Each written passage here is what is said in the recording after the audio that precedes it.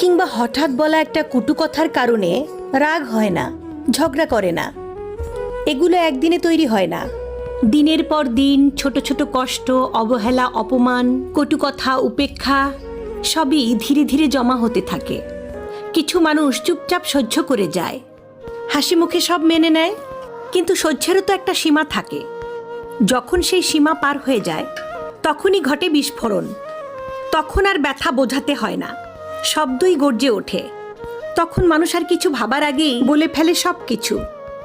সে হয়তো চুপ থেকেছে সম্পর্কটা টিকিয়ে রাখতে, কিন্তু একদিন হঠাৎ সে চিৎকার করে কাঁদতে কাঁদতে বলে ফেলে, আমি কি মানুষ না? আমারও তো অনুভূতি আছে। লোকে তখন ভাবে এই একটা কথায় এত রাগ কেন? কিন্তু তারা জানে না, ওই এক কথার পেছনে আছে শত শত না বলা কথা, অগণিত সহ্য করা। কাউকে হঠাৎ বদলে যেতে দেখলে ভেবে দেখো